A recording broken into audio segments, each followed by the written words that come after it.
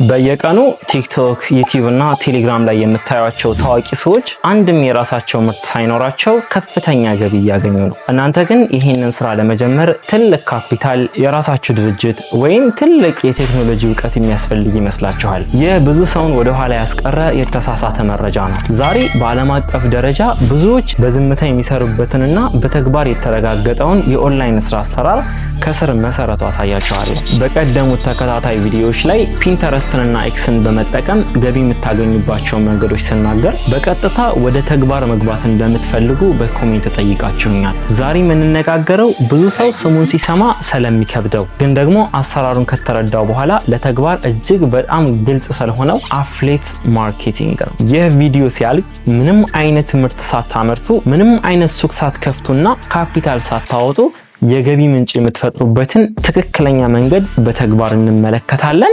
ቪዲዮን ላይክ በማድረግ ጀምሮ አሁን በዚህ ሰከንድ ዓለም ላይ በቢሊዮን የሚቆጠሩ ምርቶች በመሸጥ ላይ ናቸው። ከዚህ ውስጥ የሚያስገርመው መረጃ እነኚህን ምርቶች የሸጡት ሰዎች ምርታቸውን አምርተውት ወይም መጋዘን ውስጥ አከማችተውት አይደለም። መረጃውን ለሌላ ሰው በማድረሳቸው ብቻ ኮሚሽን እየተከፈላቸው ነው። ዛሬ የምናወራው ስለ ተራ እድል ሳይሆን በዓለም ዙሪያ ያሉ በርካታ ሰዎችን የገቢ አቅም ስለቀየረው ግዙፍ ሲስተም። የዓለማችን ትልልቆቹ ኩባንያዎች የሆኑት ኡበር የራሱ አንድም መኪና የለውም። ኤርቢኤንቢ የራሱ አንድም ቤት የለውም። አማዞን ደግሞ የሚሸጣቸውን እቃዎች በሙሉ ራሱ እነዚህ ኩባንያዎች ትልቅ ደረጃ ላይ የደረሱት ሻጭንና ገዢን በማገናኘት ኮኔክቲንግ ብቻ ነው። ብዙ ሰዎች አፍሌት ማርኬቲንግ እጅግ በጣም ከባድ አድርገው ያስቡታል። ነገሩ ግን ግልጽና ቀጥተኛ ነው። አፍሌት ማርኬቲንግ ማለት በዘመናዊ ቋንቋ የዲጂታል ደላላ ማለት ነው። አንድ መኪና ሻጭና መኪና ገዢን አገናኝቶ ኮሚሽን እንደሚቀበል ደላላ እናንተ ደግሞ ዓለም አቀፍ አምራች ድርጅቶችንና ገዢዎችን በኢንተርኔት ታገናኛለች። አንድ ቀላል ምሳሌ እንውሰድ። እናንተ አንድ ጫማ ገዝታችሁ ጓደኛችሁ ያ እናንተ የገዛችሁትን ጫማ ሲያደንቅላችሁ ጀስት ምርጥ ጫማ ነው፣ በጣም የሚያምር ጫማ ነው ምናምን ብሎ ሲያደንቅላችሁ የሱቁን አድራሻ ትሰጡታላችሁ። እዚህ ቦታ እኮ ነው የገዛሁት ምናምን ትሉታላችሁ። ጓደኛችሁ ሄዶ ያን ጫማ ይገዛዋል። በዚህ ሂደት ሱቁ ትርፍ ያገኛል፣ ጓደኛችሁም ጫማውን ገዛ። እናንተ ግን ያገኛችሁት የገንዘብ ጥቅም የለም። አፍሌት ማርኬቲንግ ላይ ግን አካሄዱ የተለየ ነው። እናንተ የአንድ ትልቅ ድርጅት ምርት አገናኝ ሊንክ ትወስዳላችሁ። ያንን ሊንክ በማህበራዊ ሚዲያ ገጻችሁ ላይ ፖስት ታደርጋላችሁ። አንድ ሰው ያንን ሊንክ ተጭኖ እቃውን ሲገዛ ያ ድርጅት ደንበኛ ስላመጣችሁለት ብቻ ከትርፉ ላይ ኮሚሽን ይከፍላችኋል። የዚህ ስራ ዋናው ጠቀሜታ እቃ መግዛት አያስፈልጋችሁም። እቃውን ማሸግ፣ ጭነትና ትራንስፖርት ማዘጋጀት ወይም ደግሞ ፖስታ ቤት ሄዶ መላክ አይጠበቅባችሁም። የደንበኞች ጥያቄና ብሶት ማስተናገድ የእናንተ ስራ አይደለም። የእናንተ ብቸኛ ኃላፊነት ትክክለኛውን ምርት ለትክክለኛው ሰው ማሳየትና ኮሚሽናችሁን መሰብሰብ ብቻ ነው። ይህ ከቤት ሳትወጡ ስልካችሁን ብቻ በመጠቀም የምትሰሩት ነፃነት ያለው ስራ ነው። በአሁን ሰዓት ብዙ ኢትዮጵያውያን ወጣቶች ይህንን ስራ የቴክኖሎጂ ሊቆች ብቻ የሚሰሩት አድርገው ያስቡታል። ዛሬ ይህንን የተሳሳተ አመለካከት በማስወገድ ትክክለኛውን መንገድ እናያለን። ወደ አሰራሩ ስንገባ በኢትዮጵያ ሆነን የምንሰራባቸው ሁለት ግልጽ አማራጮች አሉ። የመጀመሪያው በሀገር ውስጥ ያሉ መንገዶችን መጠቀም ነው። አሁን ላይ በሀገራችን ያሉ እንደ ቤዩ ዴሊቨሪ፣ ሄሎ ማርኬት እና የተለያዩ የኢኮሜርስ ፕላትፎርሞች እንዲሁም የጉዞ ወኪሎች ትራቭል ኤጀንሲዎች የራሳቸውን የአፍሌት ሲስተም እየዘረጉ ነው። የእነሱን አፕሊኬሽን ወይም የድረገጽ ሊንክ ለሰዎች በማጋራት ሰዎች በእናንተ ሊንክ ገብተው ሲመዘገቡ ወይም ሲገዙ ኮሚሽናችሁን በሀገር ውስጥ የባንክ አካውንታችሁ መቀበል ትችላላችሁ።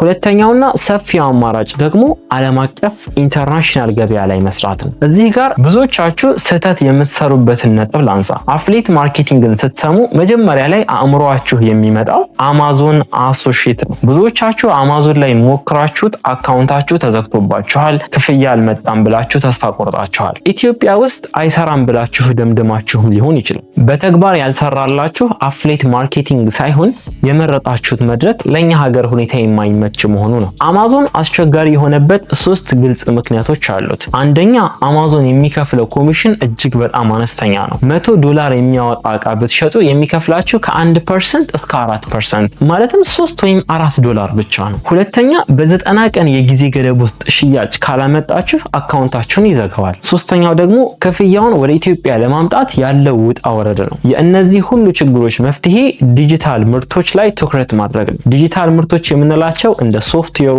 የኦንላይን ትምህርቶች፣ ኮርሶች ማለት ነው እና ኢቡክስ ናቸው። እነዚህ ምርቶች የማጓጓዣና የመጋዘን ወጪ ስለሌላቸው ድርጅቶች እነዚህን ምርቶች እስከ 50% አልፎም እስከ 85% የሚደርስ ኮሚሽን ይከፍላሉ። አንድ ሰው በእናንተ ሊንክ $100 የሚያወጣ ዲጂታል ኮርስ ወይም ሶፍትዌር ቢገዛ እስከ $85 ድረስ ለእናንተ ሊከፍል ይችላል። ለዚህ ስራ ደግሞ ይበልጥ ተመራጭ የሆኑት ዲጂስቶር 24፣ ክሊክ ባንክ እና ኢምፓክት የተባሉ ፕላትፎርሞች ናቸው። ለምሳሌ ዲጂስቶር 24 ላይ በኢትዮጵያ ስልክና ኢሜል በቀላሉ ያለምንም ክፍያ መመዝገብ ይቻላል። እንደ አማዞን አያሰለቻችሁም። ትመዘገባላችሁ፣ ሊንካችሁን ትወስዳላችሁ፣ ስራ ትጀምራላችሁ። ከዚህ በተጨማሪ እንደ ሆስቲንጀር ያሉ የዌብሳይት ሆስቲንግ የሚሸጡ ድርጅቶች ወይም እንደ ባይናንስ ያሉ የክሪፕቶ መገበያያ ፕላትፎርሞች ሳይቀሩ የራሳቸው አፊሊየት አላቸው።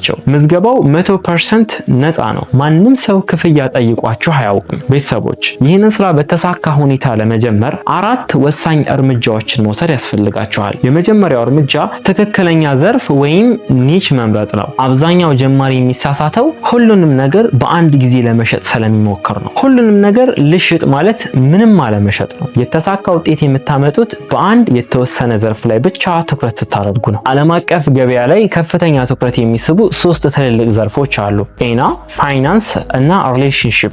ሰዎች ክብደታቸውን ለመቀነስ፣ ኦንላይን ገንዘብ ለመስራት ወይም የፍቅር ግንኙነታቸውን ለማስተካከል ገንዘብ ከማውጣት ወደ ኋላ አይሉ። ከነዚህ ውስጥ ከእናንተ እውቀትና ፍላጎት ጋር የሚሄደውን አንድን ዘርፍ ብቻ መምረጥ አለባችሁ። ቴክኖሎጂ የምትወዱ ከሆነ ስለ ስልኮች፣ ላፕቶፖች እና ካሜራዎች ብቻ የሚያወራ ፔጅ ክፈቱ። የሴቶች ውበትና ጤና ላይ ፍላጎት ካላችሁ የቆዳ መንከባከቢያ ምርቶችን ብቻ ምረጡ። መጽሐፍ ማንበብ የምትወዱ ከሆነ መጽሐፍቶችን ብቻ አፍሌት ስሩ። ሰዎች እናንተን የዛ ዘርፍ ባለሙያ ኤክስፐርት አድርገው ሲያዩችሁ በምታስቀምጡት ሊንክ ገብተው እቃውን ለመግዛት አያመነቱም። የማትወዱትን ወይም ጥራት የሌለውን ምርት ለገንዘብ ብላችሁ ማስታወቅ የለባችሁም። ታማኝነት የረጅም ጊዜ ገቢ መሰረት ነው። ሁለተኛው እርምጃ ምርቶችን የምናገኝበትን አፍሌት ኔትወርክ መቀላቀል ነው። የራሳችን ምርት ስለሌለን የሌሎችን ምርት የምናገኘው እዚህ መድረክ ላይ ነው። ኢትዮጵያ ውስጥ ላሉ ጀማሪዎች ቀላል የሆነው ቅድም የጠቀስኩት ዲጂስቶር 24 የተባለው ፕላትፎርም። እዚህ ማርኬት ፕሌስ ውስጥ ስንገባ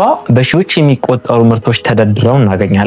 የቅድሙን የጤና ዘርፍ መርጠናል ብለን ብናስብ እዚህ ጋር የክብደት መቀነሻ ምርቶችን እንፈልጋለን። የአንዱን ምርት ኮሚሽን ስታዩት እስከ 85% ሊከፍል ይችላል። ምርቱን መርጠን ስንጨርስ ፕሮሞት ናው የሚለውን በተን እንጫናለን። ካምፓኒው ለእኛ ብቻ የሚሰራ ልዩ ሊንክ ወይም ደግሞ አፊሊየት ሊንክ ይሰጠናል። የእኛ የገቢ ምንጭ ይሄ ሊንክ ነው። ይህንን ሊንክ ኮፒ አድርገን በጥንቃቄ እናስቀምጠዋለን። ሶስተኛውና ዋናው እርምጃ ትራፊክ ማምጣት ነው። ሊንኩን ካገኛችሁ በኋላ የፌስቡክ ፕሮፋይላችሁ ወይም የቴሌግራም ግሩፕ ላይ ኮፒ ያደረጋችሁ ብትበትኑት ማንም አይገዛችሁም። ይህ አካሄድ ውጤት አያመጣም። ይልቁንም እነዛ የፌስቡክም ሆነ የቴሌግራም አካውንታችሁ እንዲዘጋ ሊያደርግ ይችላል። ገቢ የሚፈጠረው ትክክለኛ ተመልካች ማምጣት ስትችሉና ሊንካችሁን ከተጨባጭ መረጃ ወይም ደግሞ ቫልዩ ጋር አዋህዳችሁ ማቅረብ ስትችሉ ነው። አፊሊየት ማርኬቲንግ ማለት ጠቃሚ መረጃ በመስጠት ትክክለኛውን ገዢ ከትክክለኛው ምርት ጋር ማገናኘት ነው። ይህንን ለማድረግ ፊታችሁን ማሳየት እንኳን ሳይጠበቅባችሁ ነፃ ትራፊክ የምታገኙባቸው መንገዶች አሉ። የመጀመሪያው ባለፈው ቪዲዮ በሰፊው ያየነው ፒንተረስት ነው። ፒንተረስት ለአፊሊየት ማርኬቲንግ እጅግ ተመራጭ መድረክ ነው። የውጭ ሀገር ገዢዎች እቃ ሊገዙ ሲሉ ፒንተረስት ላይ ነው ፎቶ የሚፈልጉት። ለምሳሌ የቤት ማስዋቢያ እቃዎችን ማስተዋወቅ ከፈለጋችሁ የሚያምሩ የሳሎን ዲዛይን ፎቶዎችን ካንቫ ላይ አዘጋጅታችሁ ፒንተረስት ላይ ፖስት ማድረግ ነው። ከስሩ ደግሞ የራሳችሁን አፊሊየት ሊንክ ታስቀምጣላችሁ። አሜሪካና አውሮፓ ያሉ ሰዎች ያንን ቆንጆ ፎቶ አይተው እቃውን ለመግዛት ሊንካችሁን ይጫናሉ። በዚህ መንገድ ሰፊ የውጭ ሀገር ትራፊክ በቀላሉ ታገኛላችሁ። ሁለተኛው መንገድ ሚዲየም የተባለውን የጽሁፍ ፕላትፎርም መጠቀም ነው። ስለመረጣችሁት ምርጥ ጠቃሚ መረጃዎችንና መፍትሄዎችን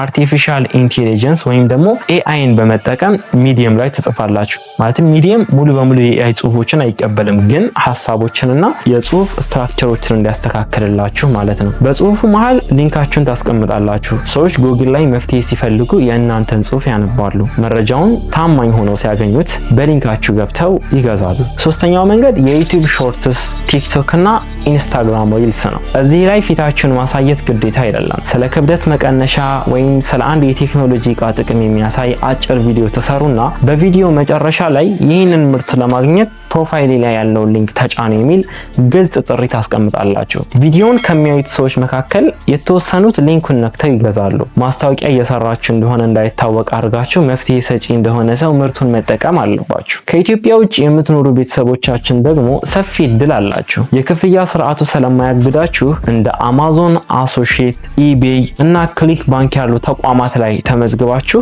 የምትወዱትን እቃ በምትኖሩበት ሀገር ያለውን የገበያ ፍላጎት በማየት ቲክቶክ ወይም ፌስቡክ ሪልስ ላይ ሪቪው በማድረግ ገቢ መፍጠር ትችላላችሁ። ወደ አራተኛው ስንመጣ የክፍያ መንገድን እናያለን። ገንዘቡን እንዴት ነው ወደ ኢትዮጵያ የማመጣው የሚለው የብዙዎች ጥያቄ ነው። ይህንን አሰራር በግልጽ እንመልከተው። ዲጂስቶርም ሆነ ሌሎች ዓለም አቀፍ ድርጅቶች ኮሚሽናችሁን የሚልኩት በቀጥታ ወደ ፔይኖር አካውንታችሁ ነው። ፔይኖር ማለት ለኢትዮጵያውያን የሚሰራ በስማችሁ የአሜሪካ የባንክ አካውንት የሚከፍትላችሁ ህጋዊ የኦንላይን ባንክ ነው። ድርጅቶቹ ኮሚሽናችሁን ወደ ፔይኖር አካውንታችሁ ይልካሉ። እናንተ ደግሞ የፔይኖር አካውንታችሁን ከኢትዮጵያ ንግድ ባንክ፣ አቢሲኒያ ወይም ከማንኛውም የመረጣችሁት የሀገር ውስጥ ባንክ ጋር በማገናኘት ገንዘባችሁን ወደ ሀገር ውስጥ ማስተላለፍ ትችላላችሁ። በቀጥታ በኤቲኤም ማውጣትም ትችላላችሁ።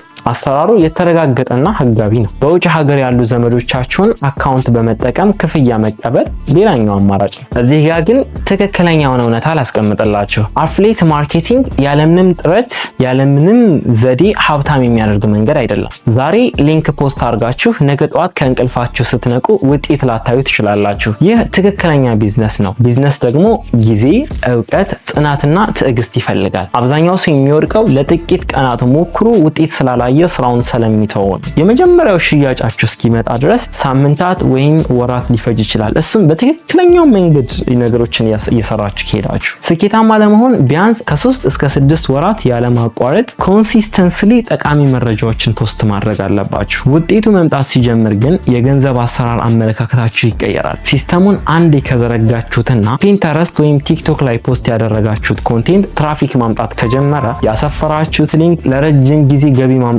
ይቀጥላል። እናንተ ሌላ መደበኛ ስራችሁን እየሰራችሁ ስልካችሁ ላይ የክፍያ መረጃ ይገባል። ይሄ ነው ፓሲቭ ኢንካም የሚባለው። ይህ ስራ የተለያያችሁ ሰዎች ልትሰሩት ትችላላችሁ። የቤት እመቤቶች የቤት ስራችሁን እያከናወናችሁ በቀን ውስጥ ያላችሁን የተወሰነ ሰዓት በመጠቀም ምርቶችን ማስተዋወቅ ትችላላችሁ። በትርፍ ሰዓት መስራት የምትፈልጉ ሰዎች ከመደበኛ ስራችሁ ውጪ በማህበራዊ ሚዲያ ላይ የምታሳልፉትን ጊዜ ወደ ገቢ መቀየር ትችላላችሁ።